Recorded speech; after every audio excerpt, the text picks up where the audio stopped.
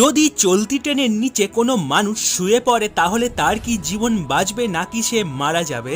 কিন্তু তা জানার আগে আমাদের অ্যামেজিং নলেজ বেঙ্গলি চ্যানেলটি সাবস্ক্রাইব করে নিন। ট্রেনের সবার প্রথমে থাকে ইঞ্জিন, আর এই ইঞ্জিনের পেছনে থাকে ডাব্বা।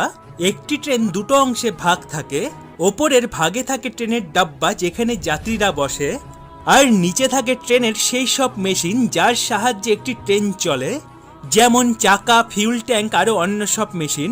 যখন একটি ট্রেনকে বানানো হয় তখন এই বিষয়ের ওপর নজর দেওয়া হয় যে ট্রেনের লাইনের ওপর ইট পাথরের মতন ছোট ছোট জিনিস পড়ে থাকতেই পারে, আর এই সব জিনিসের সাথে ঘষা খেয়ে ট্রেনের যন্ত্রপাতি যেন খারাপ না হয়ে যায়। এই জন্য ট্রেনের নিচে কিছুটা জায়গা ফাঁকা রাখা হয়। যদি কোনো মানুষ রেল লাইনের ওপর শুয়ে থাকে তাহলে সেই মানুষটি মাটি থেকে 18 ইঞ্চি ওপরে থাকে, আর তখন যদি সেই মানুষটির ওপর দিয়ে ট্রেন যায় তাহলে সেই মানুষটির কিছুই হবে না।